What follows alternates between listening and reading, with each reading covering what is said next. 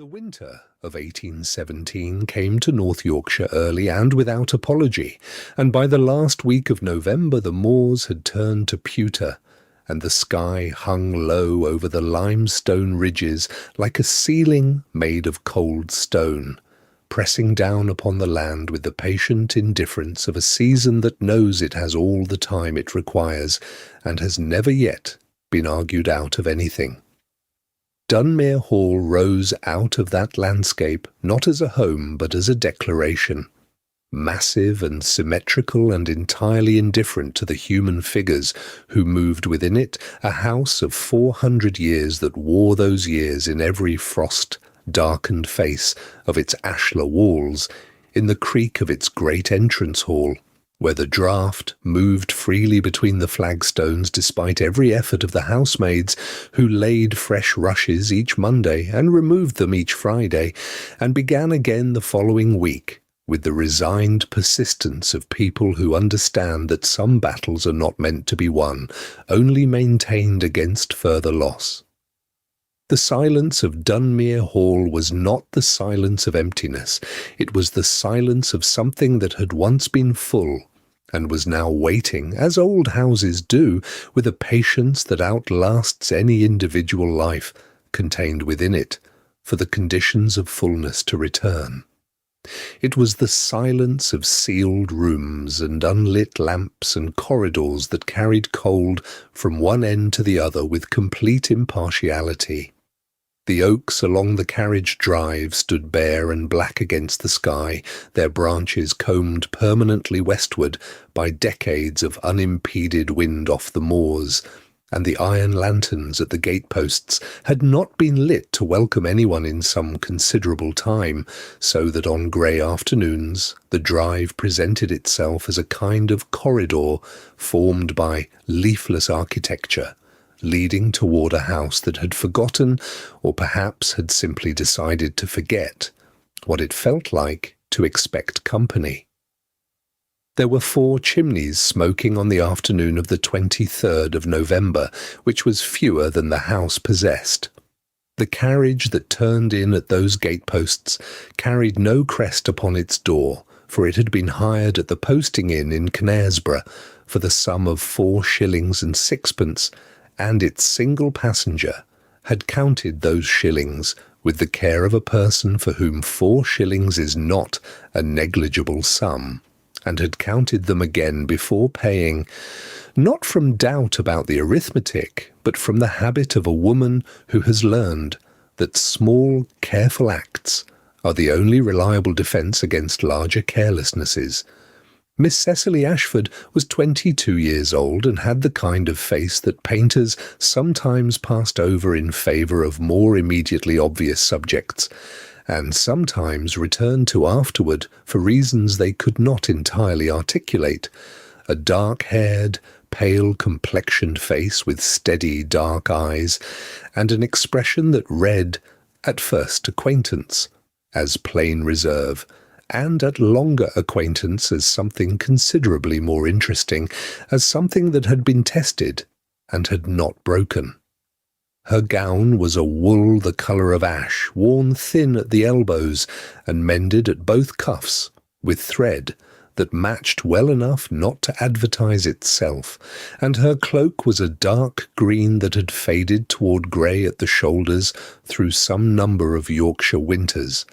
and she sat with her back very straight and her gloved hands folded in her lap as the carriage swayed up the long drive, watching Dunmere Hall grow larger through the rain-speckled window, with an expression that was not quite fear, and not quite courage, but something that lived quietly and with considerable steadiness in the space between the two. She had been told, in terms that admitted no particular ambiguity, that this was her life now. Her father, Sir Philip Ashford, had died in October, leaving debts that had swallowed Ashford Grange and everything within it that was worth swallowing, and what remained of the Ashford name rested entirely upon Cecily and upon the arrangement that had been made, months before her father drew his last breath, with Edmund Gravenor, Earl of Dunmere.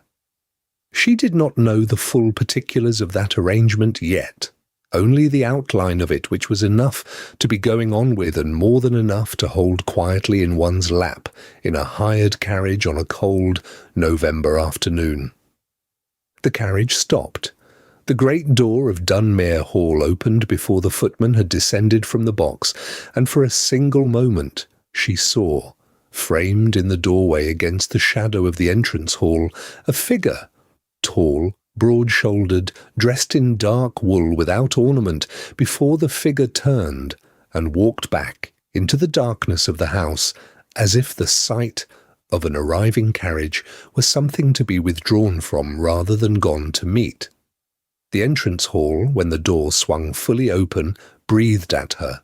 cold stone and old beeswax, and something beneath those that was older still, the particular smell of a house that has been keeping itself in the absence of its principal inhabitants. The candelabra at the far end had been lit, which she took as an acknowledgment of her arrival, if not precisely a welcome to it. The footman handed her down into the wind. She gathered her cloak about her, and lifted her chin by a precise and deliberate quarter of an inch, and she walked toward the open door and went in. The morning room at Dunmere Hall was the smallest of the formal rooms, and therefore, by some logic of architecture or neglect that Cecily did not immediately understand, also the coldest. The fire having been lit approximately 20 minutes before her arrival, and having made no appreciable impression on the air, so that she sat in the chair nearest the grate with her cloak still wrapped about her shoulders, and her breath showing faintly when she exhaled, watching a thin man in a black coat arrange papers on the writing table with the careful reverence of a solicitor who understands that documents are the only things in the world that can be trusted to mean precisely what they say. Mr. Holt, of Holt and Prentice, solicitors, of Harrogate, was a precise and competent man who had explained difficult arrangements to people in difficult circumstances many times in the course of his professional life, and had long since learned to do it without attending too carefully to the human weight of each individual explanation, which was, Cecily thought, listening to him, perhaps a mercy for everyone concerned, including herself.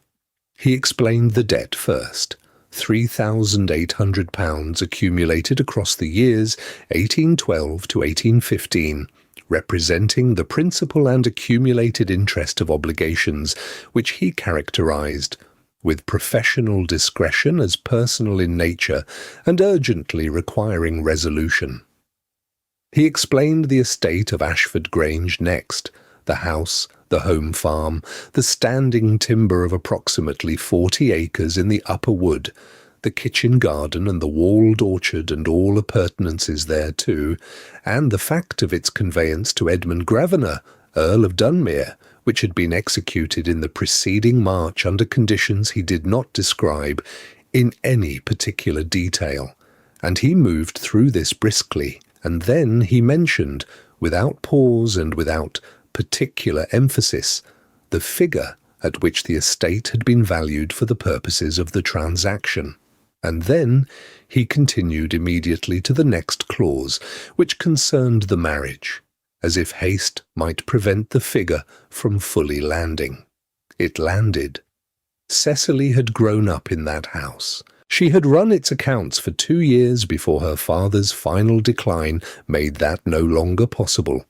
and she knew to within a reasonable margin what the home farm alone ought to have returned in a decent season,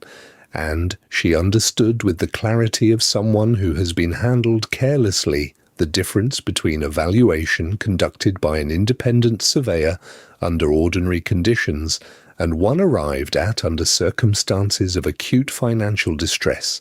and very little time, and even less independent advice. She absorbed this information without expression. She did not weep. She had decided at some point in the weeks between her father's death and this morning that weeping was a thing she would do privately and in her own time, and not in mourning rooms presided over by solicitors who wished to continue to the next clause, and who had a great many other appointments that afternoon. Edmund Gravenor, Earl of Dunmere, came into the morning room while Mr. Holt was still organising his papers for collection, and the solicitor gathered them with a sudden and comprehensive efficiency and was through the door before Cecily had fully registered the exchange that dismissed him. Dunmere was taller than the brief glimpse in the threshold doorway had suggested, and his face was the face of a man who had decided, at some sufficiently young age, that economy of expression was a superior practice to its alternative, a decision he appeared to have upheld with considerable consistency and some evident success. He was perhaps 34, dark-haired, grey-eyed, and he looked at Cecily in the way that a person looks at something they have been thinking about and are now seeing for the first time. Not unkindly, but with the particular thoroughness of an assessment conducted by a man who does not often revise his first conclusions and therefore makes them carefully. He told her, in the even-measured tones of a man discussing a drainage improvement on the East Field, that she was entirely at liberty to decline the arrangement, that in that case the debts against the Ashford estate would be pursued through the customary legal channels without prejudice, and that he wished her to understand clearly that she was under no coercion on his part. It was, Cecily thought, a peculiarly honest speech for the circumstances, or at least a peculiarly honest-sounding one. She looked at him for a moment, then she asked him, in a voice that she was careful to keep level and curious rather than accusatory, whether the valuation of Ashford Grange had been conducted by an independent surveyor or had been set by his own office. The silence that followed lasted for the space of 3 full breaths. It was not the silence of a man with nothing to say. It was the silence of a man who had prepared for several possible versions of this conversation and had not, quite, prepared for this one. Not for a question asked with this degree of precision by a woman who had not yet had time to settle her cloak. He looked at her. He looked at her with the full and unhurried attention of a man who has just been required to revise his understanding of the person across the table from him, and who is finding the revision against his expectation not unwelcome. Something shifted almost imperceptibly in his expression, not guilt exactly, not embarrassment exactly, but a very slight and very careful recalibration. The adjustment of a man who has just discovered that the map he was working from requires a correction, and the silence settled over the cold morning room, with the weight of something that had just become considerably more interesting than he had expected it to be. A house of Dunmere Hall's age and scale carried no obligation to make itself comprehensible in a single day or a single week, or perhaps within any span of time that fell within the ordinary boundaries of a human life, and it did not try. Cecily had been given a suite of rooms in the west wing, the inhabited wing, Mrs. Pell, the housekeeper, had said, with a precision of emphasis that implied the word inhabited required distinguishing from some alternative that existed and was not being named. And she had been shown the rooms it was customary to use, which were several and cold, and the rooms it was not customary to use,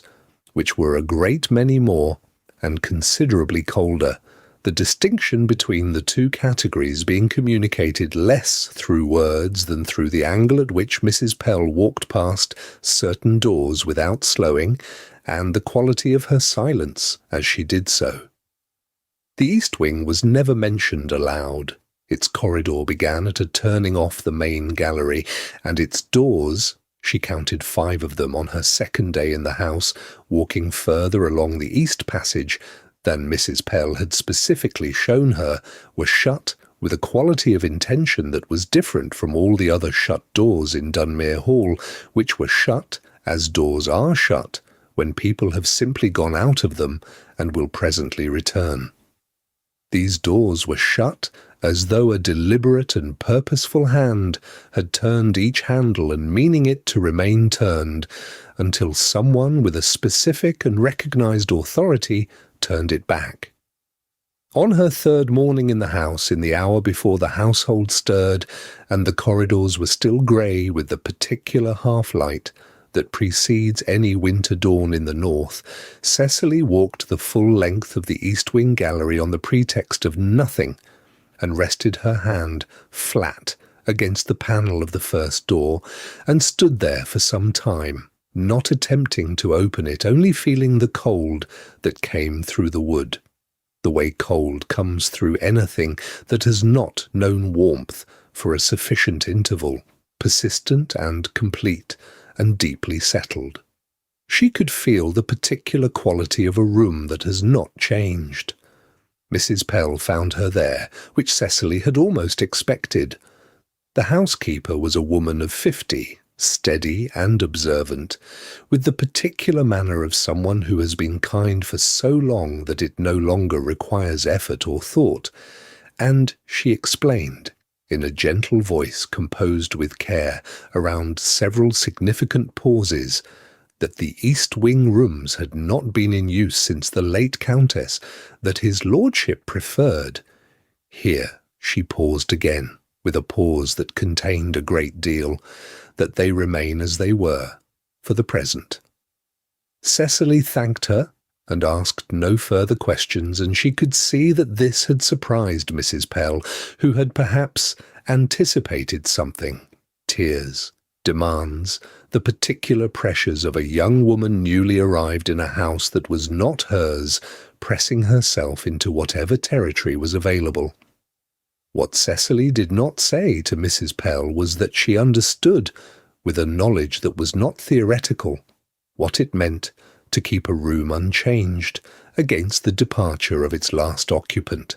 that she had done it herself for 3 weeks after her father's death, with his study at Ashford Grange, the door of which she had not opened, and from which she had redirected the housemaid on 2 separate occasions until the day the solicitor required access to the desk and the thing could be deferred no longer. That same afternoon she went to the library, which was a room that had the advantage of belonging to no particular person, and therefore in equal measure to anyone who required books and quiet, and she was almost at the doorway when she registered, without quite seeing it, that there was someone already in the room. Not a presence in front of her, but behind her, somehow. A quality of observation in the air of the library that she felt before she could account for it rationally. She went in. She went to the second shelf and selected a volume of natural history with entirely deliberate unhaste, and did not look toward the far window, where she was quite certain, with the certainty of a woman who has learned to read rooms as carefully as she reads the pages of books, that Edmund Gravenor was standing and watching her. He said nothing. She gave him no reason to say anything. She returned to her rooms with the book under her arm and an awareness at the back of her neck that remained for some time after the library door had closed behind her, a warmth in the back of the neck that did not correspond to the temperature of the house. That same evening, past 10 o'clock, she took a candle to recover a shawl she had left in the drawing-room, and found the passage between the west wing and the main hall darker than it should have been because a wall sconce had guttered out entirely, and she went carefully by her single candlelight around a corner and found Dunmere coming the other way, also by candlelight, also alone, both of them stopping within 3 feet of one another in the narrow passage, with 2 small flames between them and the surrounding dark. He said nothing about the inconvenience or about the cold. She did not ask him to explain himself or to apologize for anything.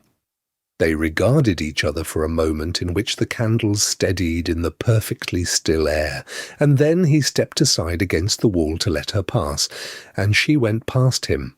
and the sound of his footstep retreating down the corridor was slow and deliberate, and she did not look back. Cecily Ashford was not a woman who found idleness a comfortable condition, having spent the last 2 years of her father's life learning that a house does not manage itself, and that the difference between a household that functions and one that only appears to function is precisely the amount of quiet, intelligent labour that no one remarks upon because it is performed in such a way as to render itself invisible, which was, she had come to understand, the highest possible standard of its kind. Dunmere Hall, whatever its deficiencies in warmth and personal address, offered ample material for a person of her particular disposition, and she had been in the house for 5 days when she found the ledgers. They were 3 volumes in brown calf binding on the lower shelf of the library, the most recent of which covered the years 1815 and 16, and which had been maintained with reasonable accuracy and a tidy hand for approximately the first 14 months of that span, and then, with no explanation recorded anywhere in its pages, had simply stopped, leaving a succession of blank folios that had the quality of an interrupted sentence, the worse, somehow, for showing exactly where the writer had lifted the pen and never come back. She took the volume to the morning room and spent 2 full afternoons with it, the older ledgers open beside it on the writing table, cross-referencing figures and receipts and the housekeeping memoranda that Mrs. Pell was willing, with some careful inquiry, to provide, and she identified 3 categories of household expenditure, in which money had been dispersed without any evident pattern, and 2 in which it had been systematically underspent in ways that created, over time, their own kind of damage, the way that a small uncorked gap in a wall will, left to itself across several winters, become a crack of a different order. She repaired the binding first. The spine had split, and she used a strip of brown paper from the writing desk drawer and a pot of paste that she found in the bottom cupboard of the still room, and she mended it cleanly and without fuss, so that the volume closed as it ought to. Then she completed the missing 14 months in a hand that she had spent some little time studying against the existing entries, not because she intended the work to be mistaken for its predecessors, but because she thought it would be easier to read if it matched, and which it did, very nearly, to within a trained eye's close inspection. She put the ledger back on its shelf closed and without annotation. She left no note. She did not put her name to it. She did not, as she might have done, raise the matter with anyone. She also, in the week following, spent a morning in the still room with the undercook, a young woman named Ellen of perhaps 19, who had clearly been attempting to manage without adequate direction for some considerable time, and who received Cecily's quiet observations about the labelling of the preserve jars and the arrangement of the drying herbs with the expression of someone who has been entirely lost and has just been given a lamp and has decided, in the relief of the moment, not to question where the lamp came from. The still room was reordered by noon, and Ellen's manner towards Cecily afterward was one of careful, grateful precision which Cecily accepted with the brisk simplicity of a woman who does a thing because it requires doing and does not particularly need the thing acknowledged once done. It was Mrs. Pell who told her, with barely suppressed satisfaction spreading across her otherwise composed countenance, that his lordship had found the household volume on his desk. She could not say how it had come to be there, she said, in a tone which made very clear that she could say perfectly well, and had sat with it for a length of time that was notable, and had then asked, in terms which Mrs. Pell characterized with what appeared to be genuine pleasure, who had done this. Mrs. Pell had replied that she was sure she could not say, which was not, by the very strictest standard, a lie. Dunmere did not ask Cecily directly. She waited for him to, and he did not, which told her something about him that she filed without drawing any firm conclusion. What he did instead was begin to be present in the rooms where she was, more frequently, and at hours that did not correspond to his established habits. She had learned his habits by the end of her first week, partly by observation and partly by the small intelligence that a household conveys to all its inhabitants, whether they seek it or not.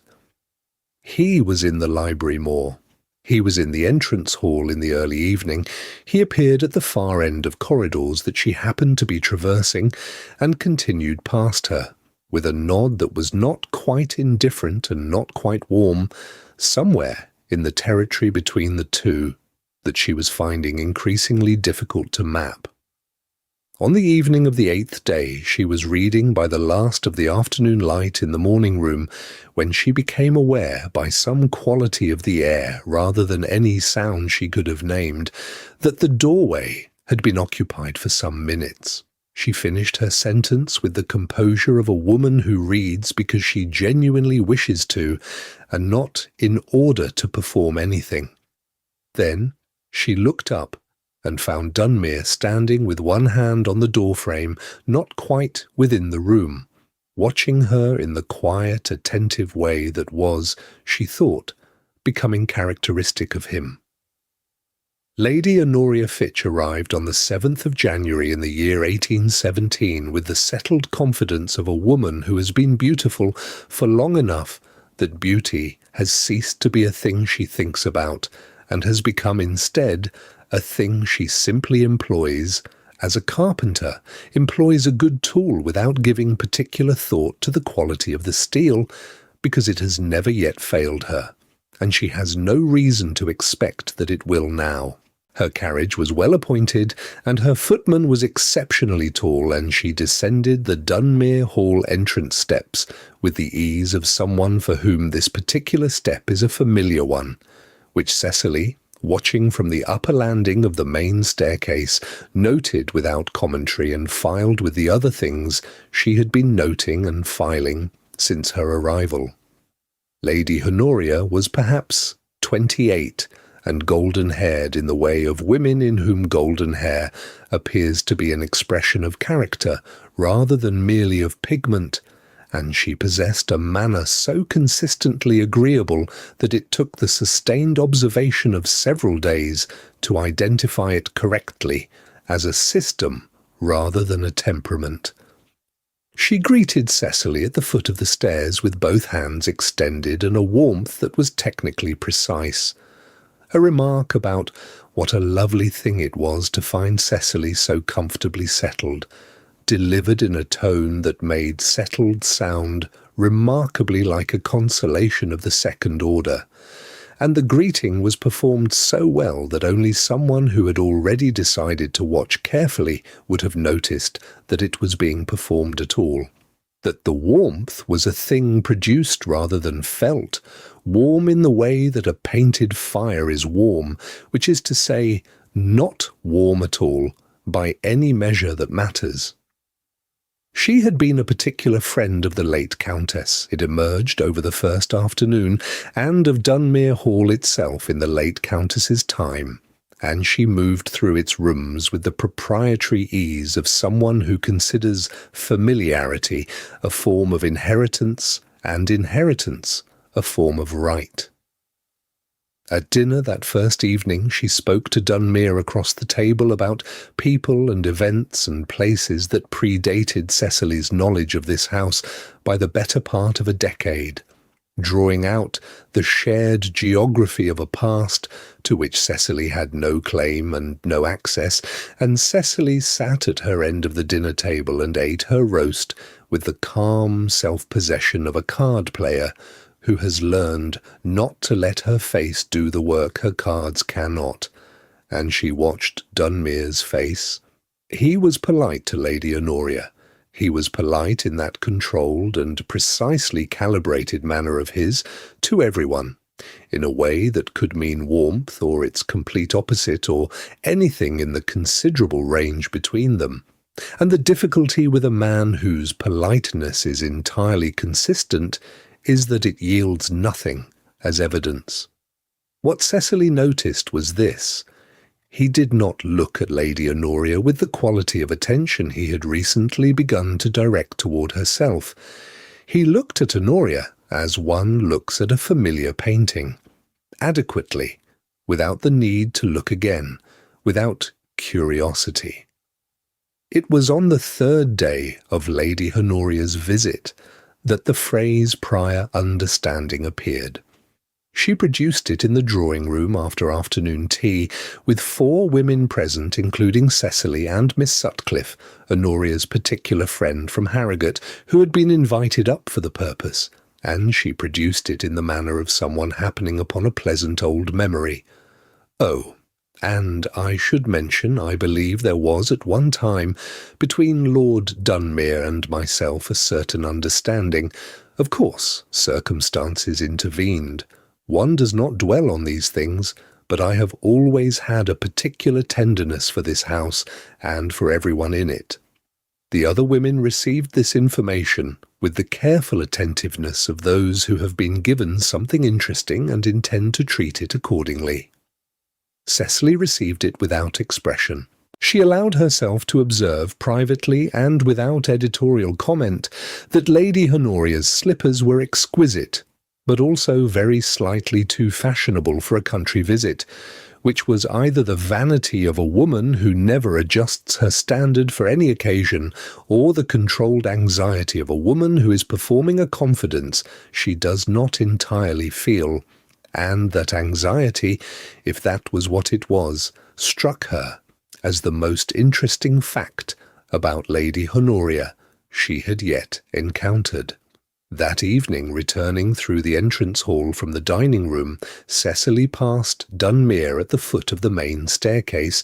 where he had paused with a candle, as if in the act of going up, and when she came through the corridor, he turned and was quiet for a moment, the candle between them making a circle of warmth in the cold hall,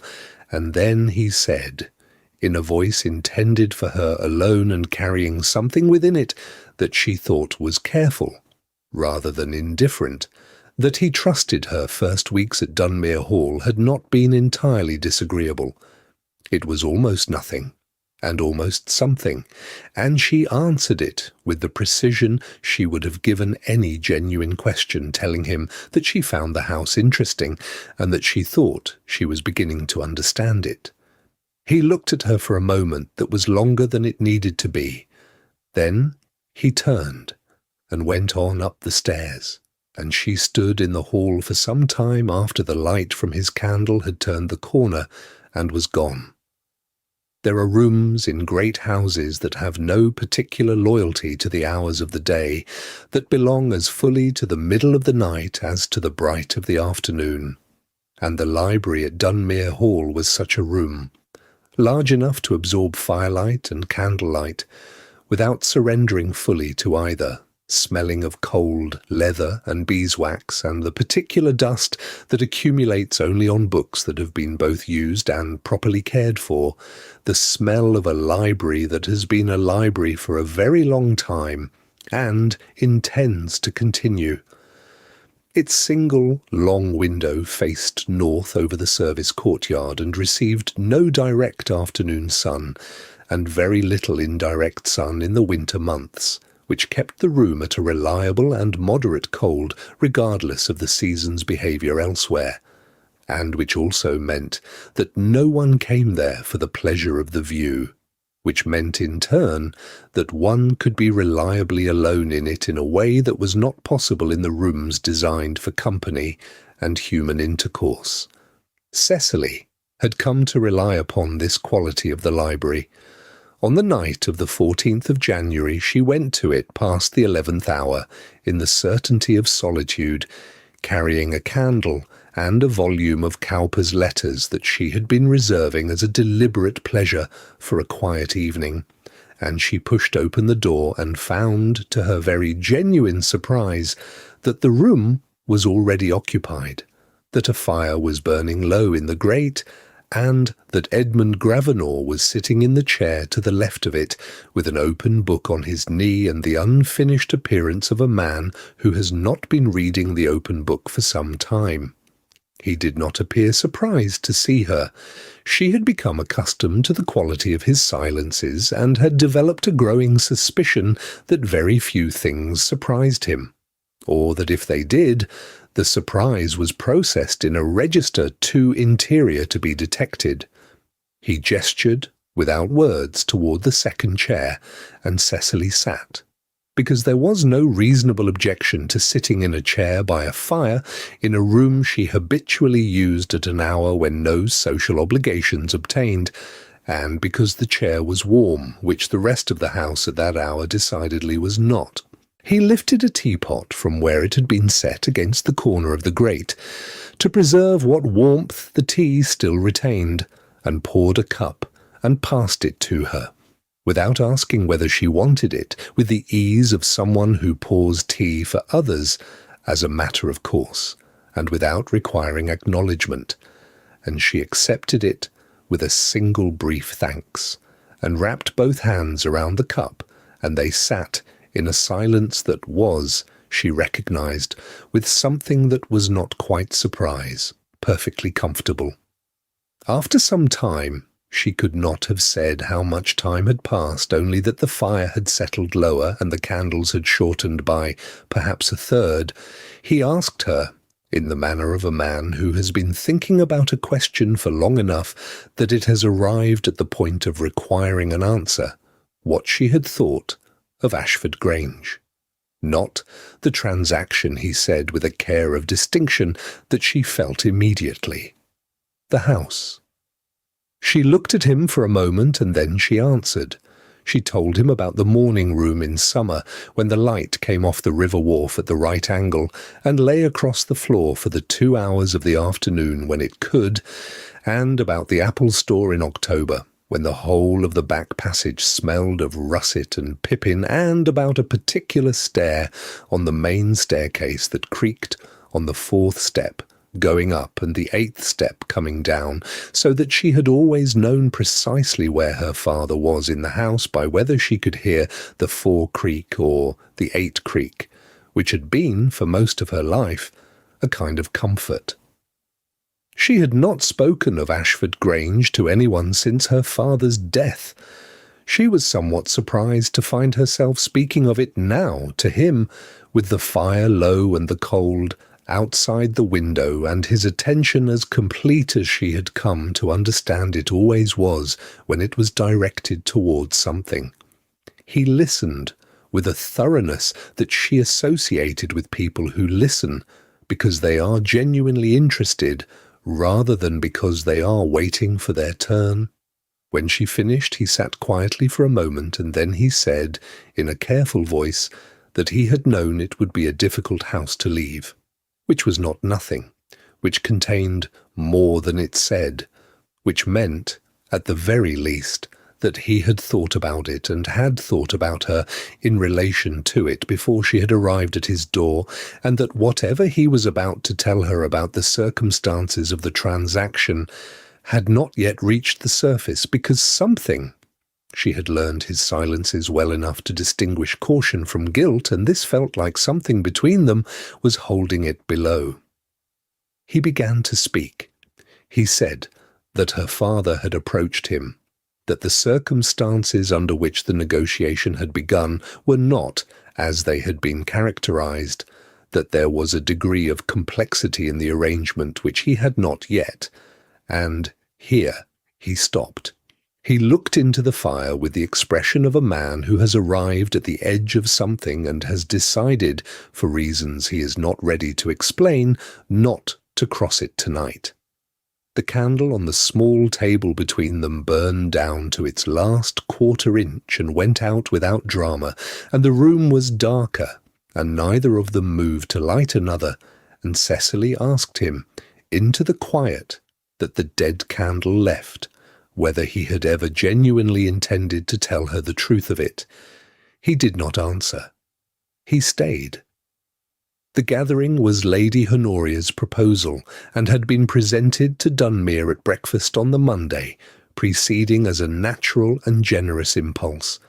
The house had been too quiet. The county would benefit from a little company. It was exactly the sort of hospitality a great house of Dunmere Hall's standing ought to extend in the dead of January, and surely his lordship could have no objection to a small and informal assembly on the following Wednesday. She said all of this with the pleasant ease of someone proposing a thing that has been planned since the previous Thursday, which Cecily, had anyone asked her opinion, could have told them was precisely the case. By 2 o'clock, on the afternoon of the 20th of January, the drawing-room contained 11 people, the Favershams from Harton Lodge, Sir William, and Lady Lee Mordaunt from Thrall Park, the Reverend Croft, and Mrs. Croft, Miss Sutcliffe, and 4 others whose names Cecily took careful note of and whose presence, in the specific combination assembled, she understood only afterward to have been carefully considered rather than casually arrived at, each of them a witness with sufficient standing to give weight to anything that happened in this room. The fire was good, the tea was excellent,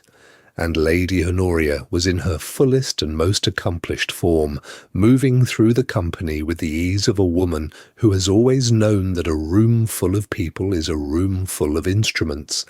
and that she is a very talented musician. She managed introductions and topics and the general flow of conversation with a hand so light it was nearly invisible, and Cecily sat with her teacup and watched and allowed herself to think that in another circumstance she might have found Lady Honoria genuinely impressive. It was approximately 20 minutes into the proceedings that the letters appeared. Lady Honoria did not produce them dramatically. She produced them in the way of someone suddenly recalling something that happened to be in her reticule. "Oh," she said. And how extraordinary, she had quite forgotten she had these with her. How very odd to think of it. And she held the pages lightly in her gloved hand, and looked around the assembled company with an expression of considering whether to share. And then she shared. The letters were, she explained, from the late Sir Philip Ashford to Lord Dunmere, written across the years 1815 and 16, and she had come across them quite by chance while sorting through correspondence that had come to her through the late Countess's effects, which she was finally now, she said, after so long, beginning to put in order. She read from them in her beautiful carrying voice with the easy confidence of a woman who knows she is performing well and who has rehearsed the selection so thoroughly that no hesitation would betray the care with which it had been made. The passages she chose described a man in acute financial difficulty, requesting preferential treatment in the sale of his estate, thanking Dunmere for his patience in what appeared to be a long-standing arrangement of mutual advantage, and containing in the final passage she read a phrase about the gambling debts which, in context and without the surrounding correspondence that was not read aloud, meant something entirely other than what it had meant in its original construction.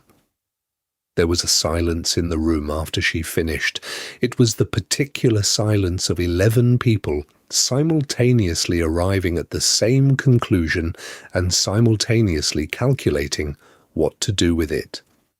Cecily heard what followed,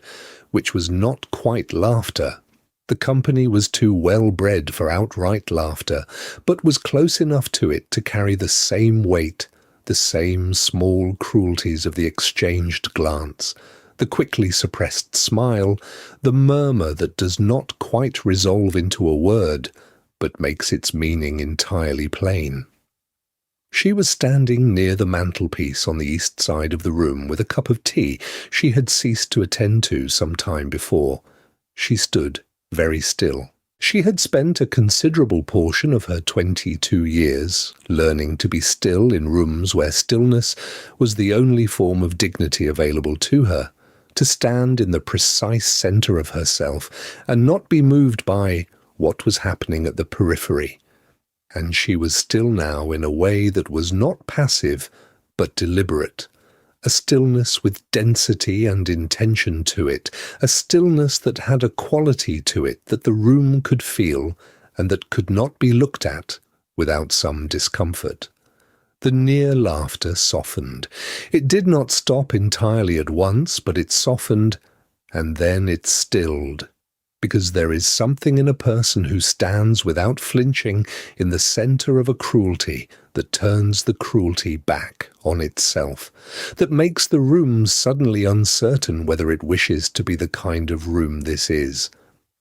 She set her cup on the mantelpiece with a small and exact sound. She looked at Lady Honoria across the width of the drawing-room with an expression that was entirely composed and entirely without fear, and which asked for nothing and accused nothing, and simply was. Dunmere was standing by the far window. She did not look at him.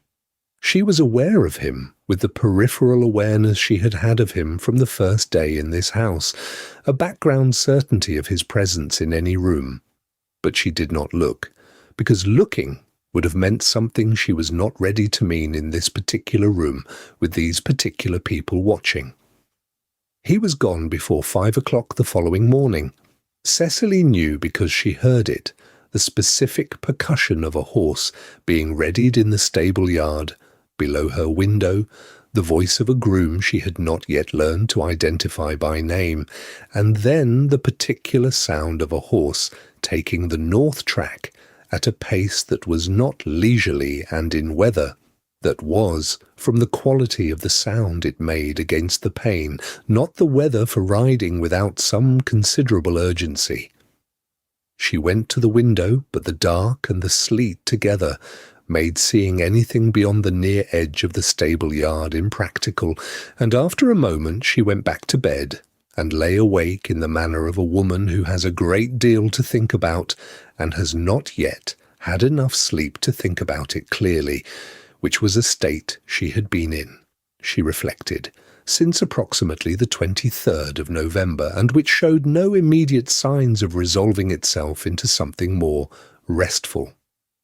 Mrs. Pell came to her at breakfast with the look of a woman carrying a message she has been specifically instructed not to elaborate upon under any circumstances, and she delivered it with precision.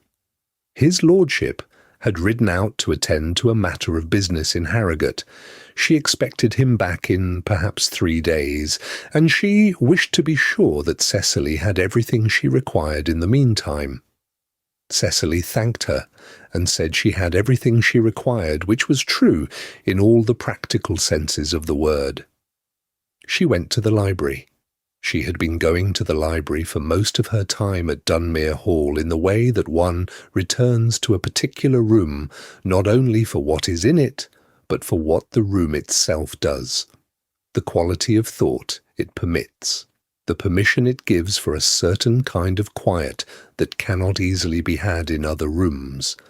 She was not thinking about the drawing-room. She was thinking about the letters, and more specifically about the passages of the letters that had been chosen from the whole, about what had been selected and what had been left aside. She was thinking about the art of the half-truth, which is the most effective of all deceptions precisely because it requires the minimum of false material and the maximum of true. A half-truth is almost impossible to refute directly, because its factual components are sound and its damage is done entirely by omission and emphasis, and the sequence in which information is released to a room full of people who have no particular reason to disbelieve a well-dressed woman reading in a confident voice from what appear to be actual letters. She was thinking this, and she was standing and not sitting, which was a sign that her thinking was not yet settled enough to sit, when her eye went to the lower shelf to the left of the fireplace and to the mahogany document box that sat there, which she had noticed before on each of her visits to the library and had not attended to, because it had not appeared to require attention. It was a plain box, well made and old, with a brass catch and no lock, and she had registered it each time as a fixture of the room, no more remarkable than the fire-irons or the lamp on the corner table. She opened it. Inside, there was a leather folder, and inside the folder were 3 documents. She looked at the first 2 briefly. They were household accounts of an earlier period predating her knowledge of the estate, and she set them aside carefully. The third was a conveyance document, the conveyance of Ashford Grange dated the 14th of March 1816, executed between Sir Philip Ashford, Baronet, and Edmund Gravenor, Earl of Dunmere.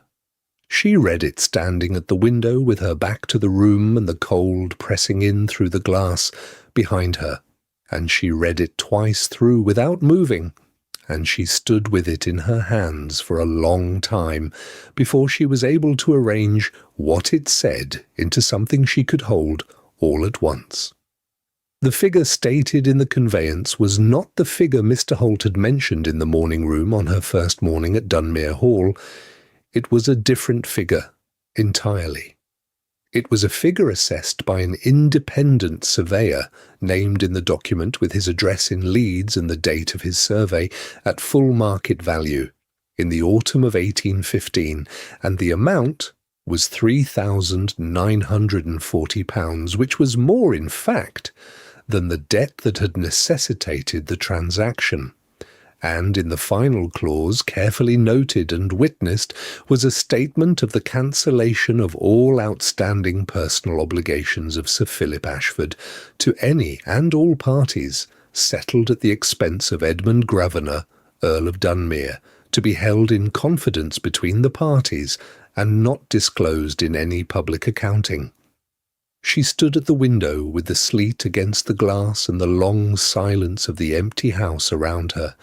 and the document in her hands, and she thought about a man she had arrived at this house believing to be the author of her family's ruin, and about what it means to carry a false conviction for a long time in a way that is not entirely your fault, and simultaneously is the fault of whoever constructed the story that felt so available and so complete that no one had thought to question it. He returned on the 3rd day, which was a Saturday, in the late afternoon when the sky over the moors had turned the particular pewter of a winter evening that has decided to move directly from afternoon into night without the interval of dusk, and the frost on the stable-yard cobbles caught what little light remained and held it briefly in a way that was very nearly beautiful, if one was not too cold to notice, which was a qualification that applied to most things about Dunmere Hall in the deep of winter. Cecily heard the horse in the yard and the voices of the grooms, one of whom she now knew by name, and the specific pattern of booted footsteps crossing the entrance hall floor that she had by this point learned to identify as his without any hesitation. And she sat in the library with the contract on the table before her, and did not go to the door, because she had been sitting in one form or another with this knowledge for 3 days, and had arrived at a place of sufficient composure that she did not think it necessary to meet him in the corridor before she was ready. He came to the library without stopping anywhere else. He was still in his riding coat, which was wet through across the shoulders from the last of the sleet, and the boots that had ridden out 3 days before had come back changed by miles of winter road into something harder and more decisive looking, and he stopped in the doorway and looked at the contract on the table before him. He did not take it from her. He did not offer any immediate explanation or apology. He pulled the second chair close to the fire with the same ease with which he did everything in this room, as if the library had always been a room for both of them, which she supposed in some way she had not initially anticipated, and which still surprised her slightly when she thought about it. It had become... And he sat down, and he began to speak. He spoke differently than she had ever heard him speak before in the course of their months in this house. He spoke without the careful management of information that had characterized almost every other conversation she had had with him since her arrival, without the precise economy of disclosure that she had come to understand as his standard manner, and which she had always suspected was a discipline chosen against his nature rather than native to it. Her father, he said, had come to him in the summer of 1815. Not through a solicitor, not through an intermediary, but in person, arriving unannounced at Dunmere Hall on a Tuesday afternoon in July and asking to see him on a private matter of some urgency, which was unusual enough that Dunmere had agreed to the meeting without requiring a purpose to be stated in advance. The debt Sir Philip Ashford brought to that meeting was real. He did not minimize it or dismiss it or speak of it with anything other than the directness it deserved, but the nature of it was more complicated than it had been presented in the drawing-room a week ago, because the debts were not to institutions or to conventional creditors, but to men of a particular kind, men who operated outside the ordinary mechanisms of legal obligation, and whose methods of collection were not of a kind that Sir Philip had been willing to describe to anyone in his own circle, which was why he had come to Dunmere, who was known, Dunmere said, with a flatness that was very nearly wry, for his willingness to get complicated things handled without requiring that they be discussed publicly or at any length. He had paid the debts. He had paid them entirely, and he had taken Ashford Grange not as profit, but as security, valued honestly by a surveyor he trusted in the ordinary and legitimate way of such transactions, and he had held it, not sold it, not developed it, not altered a single stone or fence line of it, in the expectation that something would in time resolve itself, the precise nature of which resolution he had not, at that time, been able to fully articulate to himself, though he had his private understanding of what he hoped for. Her father had written to him again in the September of 1817, when he knew he was dying, a long letter that Dunmere had read many times, which had asked one specific thing: whether he would take care of Cecily, and whether Dunmere would consider being the man who could do that for her. He had written back to say yes. He had written back before he had ever seen her face, because he had read enough of her in her father's letters, the ledger she kept, the manner in which she managed the Ashford Grange household, the particular quality of her stillness that her father described in terms that were, for a man not given to sentiment, unusually precise, to understand what was being asked of him and to believe that it was a thing he was, by that point, and for reasons that had not yet been entirely clear to himself, willing to try to be. There was a long silence in the library after he stopped speaking. The fire had built itself up while he talked,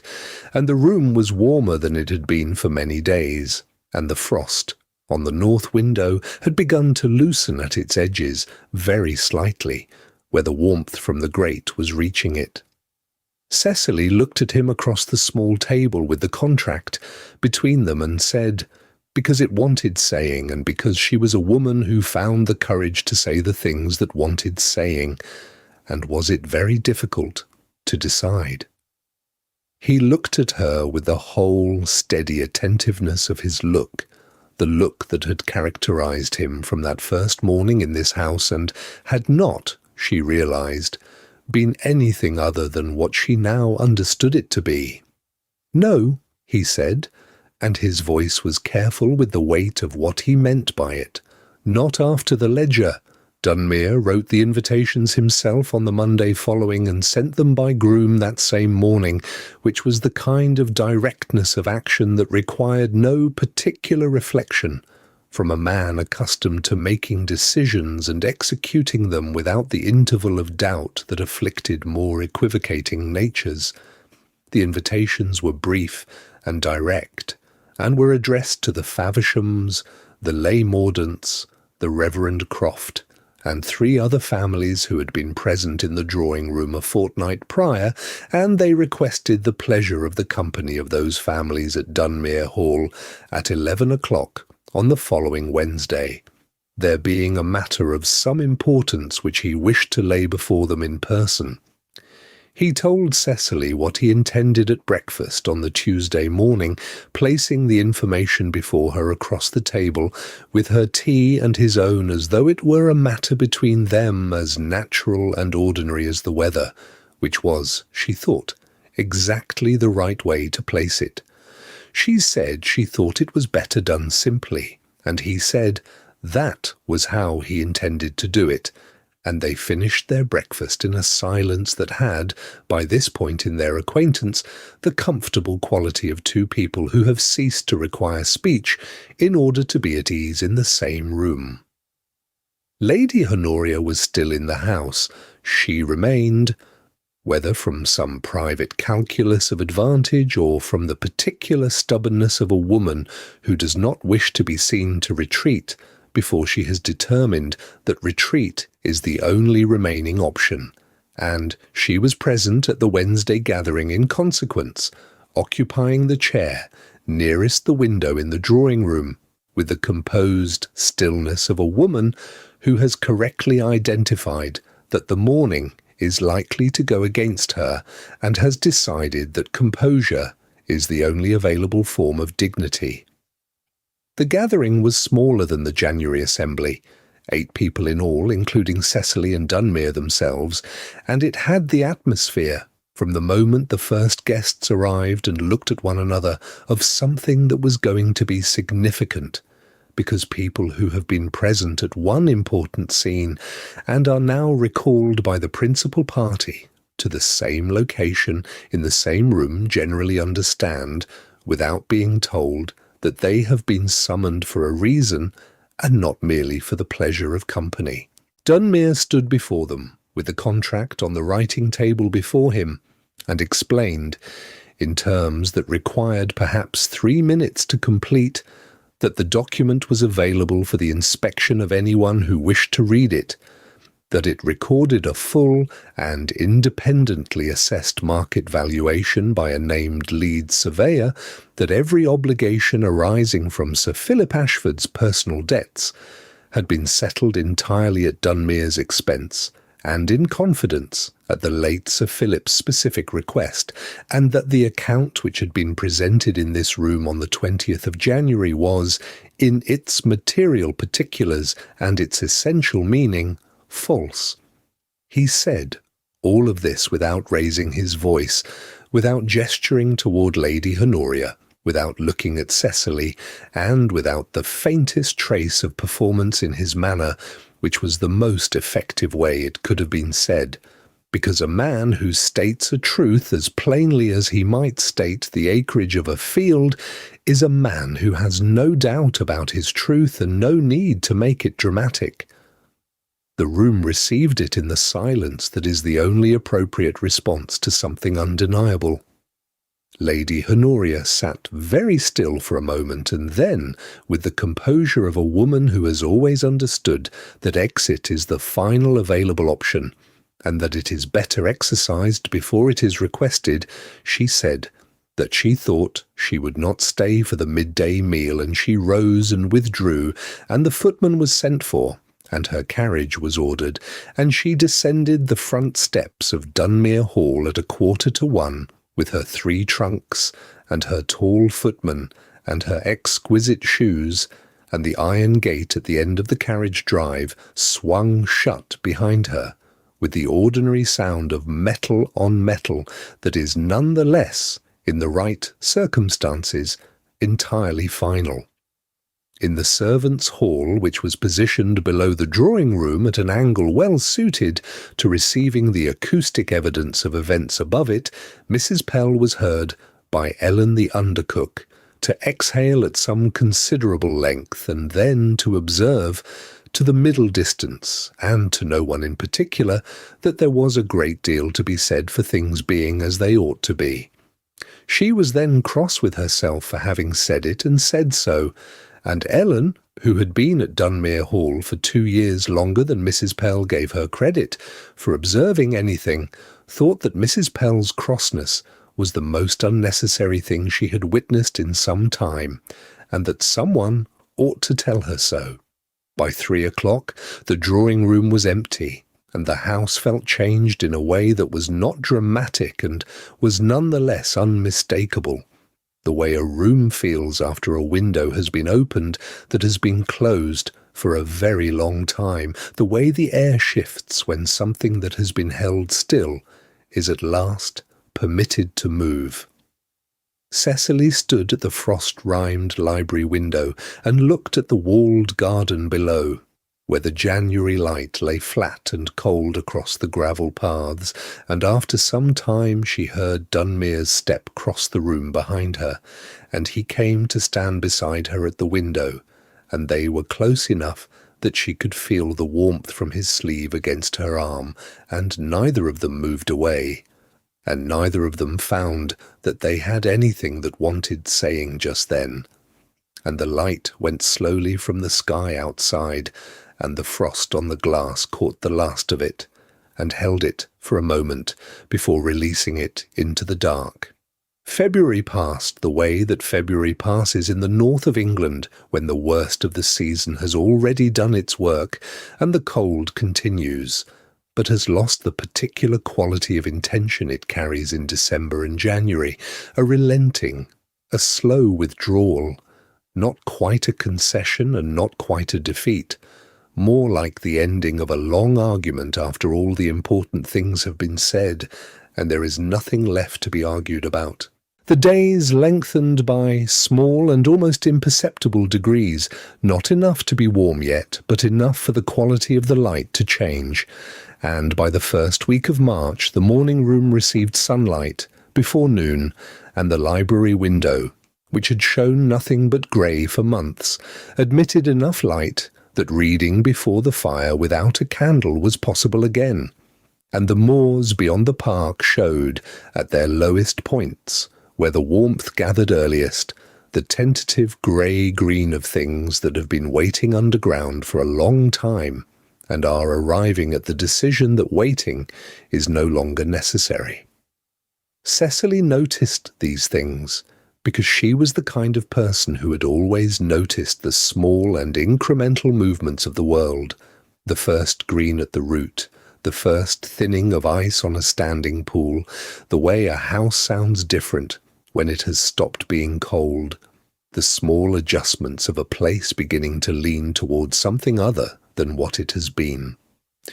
Dunmere Hall, she had learned across these months, was a house that gave itself up slowly and in small portions, like a person who has been guarded for a long time and is learning, with the uncertain patience of someone who has not done this in some years, to believe that the guarding may no longer be the most useful thing it can do with itself.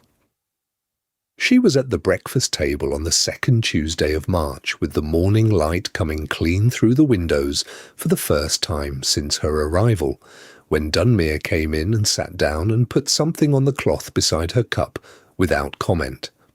It was a key, large and old and iron cold from wherever it had been kept, which from its temperature she judged to be somewhere outside the room rather than in a drawer. He did not explain it. He said only, passing her the cream, that he thought she would know which door it was for, and she said that she did, and they had their breakfast. She waited until the middle of the afternoon, when the light was at its best in the east wing. She had observed this over weeks from the gallery window, and she went alone to the east wing, and she used the key, and she opened the door, and she stood for a moment in the opening before going in. The rooms beyond were cold and still, and covered in the particular kind of dust that accumulates in stillness over years rather than weeks, and they had the quality she had expected and that she understood how to be in, which was not grief exactly, but the residue of grief, the shape that grief leaves in objects when it has moved on and left them behind. In the angle of the dressing-table mirror, in a pair of gloves left on the small writing desk as if for a person who was merely out and would shortly return, in a novel with a folded page that would not now be finished, she did not tidy. She did not open the windows or move anything or make any adjustment to a room that was precisely as someone had left it. She only looked, and she stayed in the looking until the looking had done what it needed to do, because she understood from her own experience that some rooms require only to be witnessed to release whatever they have been holding. He came in behind her while she was standing before the writing desk. She heard him come through the outer room, recognized his step immediately, and did not turn right away, and when she did turn, he was already beside her, standing close enough that their arms nearly touched, and they were together in a room that had been kept closed for 2 years, as a house keeps a grief it cannot yet set down. And there was nothing to say about the late Countess that the room itself was not already saying, and so they said nothing, and the quiet between them was wide enough and steady enough to hold it all. They went out to the walled garden in the last of the afternoon light, when the sun was low and the pale warmth of it collected against the south-facing stone wall, as it always does in early March, and Cecily went along the bed slowly, looking at the bare earth with the attention of someone who knows gardens, and in the far corner of the southernmost bed, at the root of a rose that had been planted against the wall in some previous decade by hands that were no longer there to tend it, she found what she had half hoped to find, the first small green, the absolute beginning of the season, a thing so new it barely qualified as evidence. She stopped and looked at it for a long moment, and then she felt Dunmere's hand take hers, not dramatically, not with announcement, simply uncertainly, with the quiet of a man who has made his decision in full and is not undecided about it, whose hand was warm even through the wool of her darned grey glove. The house behind them was lit in its windows by the time they turned to go back, and it was a different kind of lit from the cold brilliance it had worn in November, a warmer light, lower, inhabiting, the kind of light that comes from a house that has remembered after a long time in the dark that it was built for living in.